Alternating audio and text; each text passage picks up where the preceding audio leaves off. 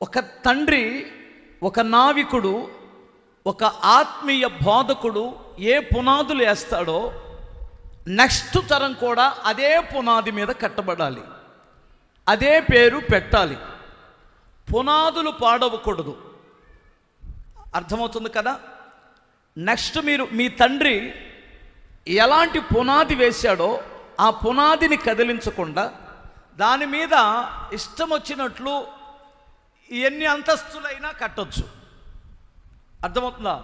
దాని రూపాలు మార్చుకుంటూ వెళ్ళొచ్చు, కానీ పునాదులు మార్చకూడదు.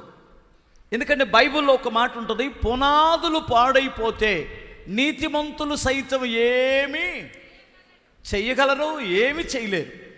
గమనించాలి, పునాది పాడవకూడదు. మీరు ఏ ఊరిలో ఉన్నా, ఎక్కడికి వెళ్ళినా మీ భక్తి పునాది మాత్రం పోగొట్టుకోకూడదు. ఓకే, హల్లెలూయా. మీరు ఏమి నేర్చుకున్నారో, ఏమి విన్నారో, ఏ ఉపదేశమందు కట్టబడ్డారో ఆ ఉపదేశానికి భిన్నంగా వెళ్ళకూడదు. ఒకవేళ ఎవరైనా ఇక్కడ పిలుపుండి సేవా దర్శనం ఉండి నువ్వు సొంతగా సేవ చేయాలనుకుంటే ఏదైనా ఊరు వెళ్ళండి. మీరు సొంతగా నీకు దర్శనం ఉంటే అదే పేరు పెట్టి నీ యొక్క సొంత దర్శనాన్ని బట్టి సేవ చేయండి. కానీ నువ్వు వేయబడిన పునాది మీద ఉన్నప్పుడు ఆ కట్టడ ఎప్పటికీ నాశనం అవ్వదు. ఓకే, నీ భక్తి పునాది, నీ ప్రార్థన పునాది, నీ పరిశుద్ధత అనే పునాది. అర్థమవుతుందా? నీ నీతి, నీ భక్తి, నీలో ఉన్న సమర్పణ ఆ పునాది మీద కట్టబడాలి. హల్లెలూయా.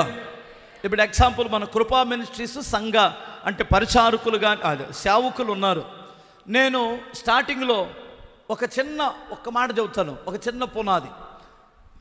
మేము ఇల్లు దర్శించేటప్పుడు లేదా సువార్తకి ఇంటింటికి వెళ్ళి సువార్త చెబుతున్నప్పుడు వారు 10 రూపాయలు ఇచ్చినా 10,000 ఇచ్చినా మేము తీసుకోకూడదని ఒక సమర్పణ చేసుకున్నాం, ఒక తీర్మానం.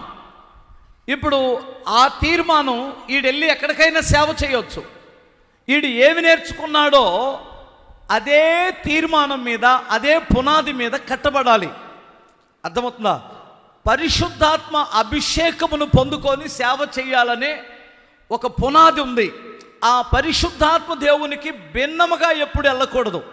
పరిశుద్ధాత్మను పొంది ఆ అభిషేకముతో సేవ చేయాలి. మీరు గమనించాలి. ఇలా చెప్పుకుంటూ వెళ్తే చాలా విషయాలు ఉన్నాయి.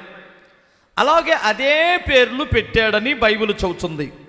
ఇతరులో మనం గమనించగలిగినటువంటిది ఏమిటంటే, ఆ తండ్రి కష్టపడ్డాడు, ఇతడును కష్టపడడం నేర్చుకున్నాడు. ఆ తండ్రి పునాదులను కదిలించలేదు, అదే పేర్లు పెట్టాడు.